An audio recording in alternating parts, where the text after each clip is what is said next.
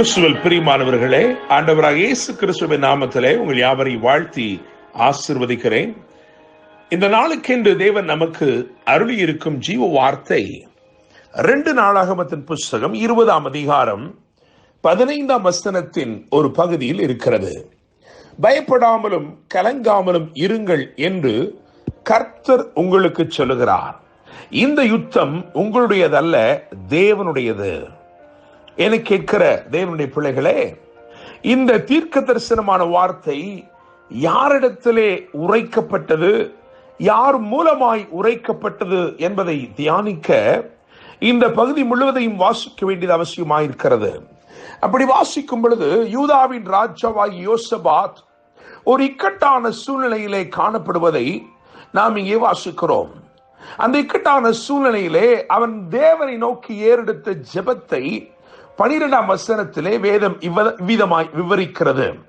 அதிலே மிகவும் முக்கியமாக அவன் சொல்லுகிறான், நிற்க எங்களுக்கு பலனில்லை, நாங்கள் செய்ய வேண்டியது இன்னதென்று எங்களுக்கு தெரியவில்லை, ஆகையால் எங்கள் கண்கள் உம்மையே நோக்கி கொண்டிருக்கிறது. என கேட்கிற தேவனுடைய பிள்ளைகளே, ஒருவேளை இதே சூழ்நிலையிலே நீங்கள் நின்று கொண்டு நிற்க எனக்கு பலனில்லை, நான் செய்ய வேண்டியது இன்னதென்று எனக்கு தெரியவில்லை, எனக்கு உதவி செய்யும் என்று கர்த்தரை நோக்கி மன்றாடி கொண்டிருப்பீர்கள் என்று சொன்னால், இன்று உங்களுக்கு பதிலாக தேவன் பேசுகிறார். உங்களுக்கு மறு உத்தரவு கொடுக்கும் பொருட்டு கர்த்தர் உங்களை பார்த்து சொல்கிறார், பயப்படாமலும் கலங்காமலும் இருங்கள் என்று கர்த்தர் உங்களுக்கு சொல்கிறார். இந்த யுத்தம் உங்களுடையதல்ல, தேவனுடையது.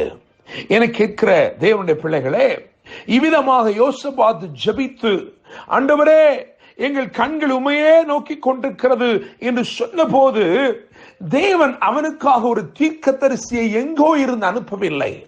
வேதம் சொல்லுகிறது, லேவியரான பாடகர் அங்கே இருந்தார்கள். அதாவது தாவீதின் காலம் முதற்கொண்டு லேவியரை பாடகராக ஏற்படுத்தி இருந்தார்கள். கொயர் டீம் என்று சொல்லுகிறோமே, அப்படிப்பட்ட ஒரு பாடகர் குழு. ஆசாபின் புத்திரர் அந்த பாடகர் குழுவிலே காணப்பட்டார்கள். அந்த ஆசாவின் புத்திரரிலே ஒருவனாகிய லேவியனான ஒரு பாடகர் குழுவை சேர்ந்த ஒருவன், ஒரு கொயர் டீம் மெம்பர், அவன் மேல் பரிசுத்த ஆவியானவர் இறங்கினார்.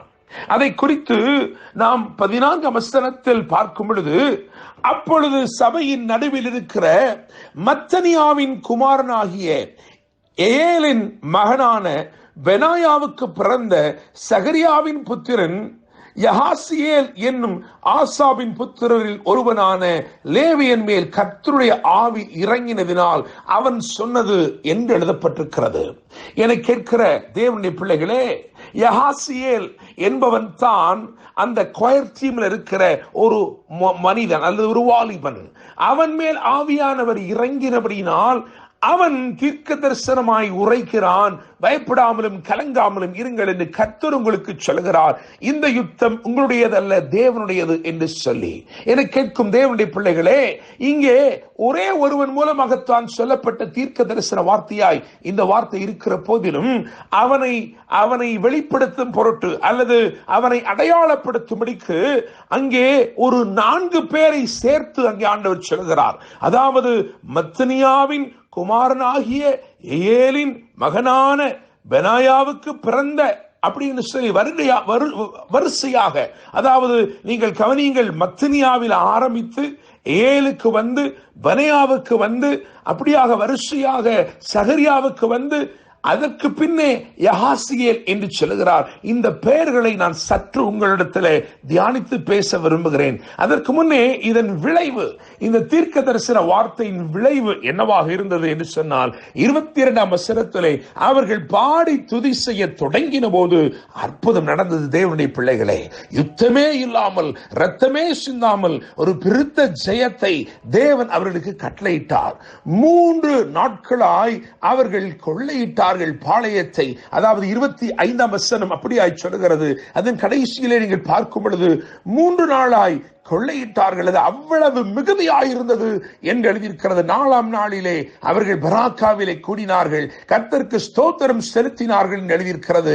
27ஆம் வசனத்தின் கடைசி பகுதி பார்க்கும் பொழுது மகிழ்ச்சியோட எருசலேமுக்கு திரும்பினார்கள். என கேட்கிற தேவனுடைய பிள்ளைகளே, ஒரு பெரும் திரளான நன்மையை அவர்களுக்காக தேவன் பொக்கிஷ வைப்பாக வைத்திருந்தார். எனவே அங்கே சொல்லப்பட்டிருக்கிற பெயர்களை நாம் தியானிக்கும் பொழுது நிச்சயமாய் இது விளங்கும். காரணம், மத்தனியா என்றால் என்ன அர்த்தம் தெரியுமா? கிஃப்ட் ஆஃப் யாவே, தேவனுடைய வெகுமானம். ஏல் என்று சொன்னால் ட்ரெஷர்ஸ் ஆஃப் யாவே, தேவனுடைய பொக்கிஷம். பெனாயா என்று சொன்னால் built by யாவே, தேவனே கட்டி எழுப்புகிறார். சகரியா என்று சொன்னால் remembered by யாவே, தேவன் நினைவு கூறுகிறார். யஹாசியேல் என்று சொன்னால் revealed by யாவே, தேவனே வெளிப்படுத்துகிறார். இந்த பெயர்களை எல்லாம் சேர்த்து ஒருங்கிணைத்து பார்க்கும் பொழுது எப்படி இருக்கு தெரியுமா? வெகுமானமாய் வைத்து வைக்கப்பட்ட மறைவான பொக்கிஷமாக இருந்த நன்மையை உங்களுக்காக தேவன் அதை கட்டி சேர்த்து, அதை கூட்டி சேர்த்து கட்டி எழுப்பி உங்களை நினைவு கூர்ந்து உங்களுக்கு அதை வெளிப்படுத்தி அருளினார் என்று எழுதியிருக்கிறது. என கேட்கிற தேவனுடைய பிள்ளைகளே, ஒவ்வொரு எபிரேய பெயர்களுக்கும் அர்த்தம் உண்டு.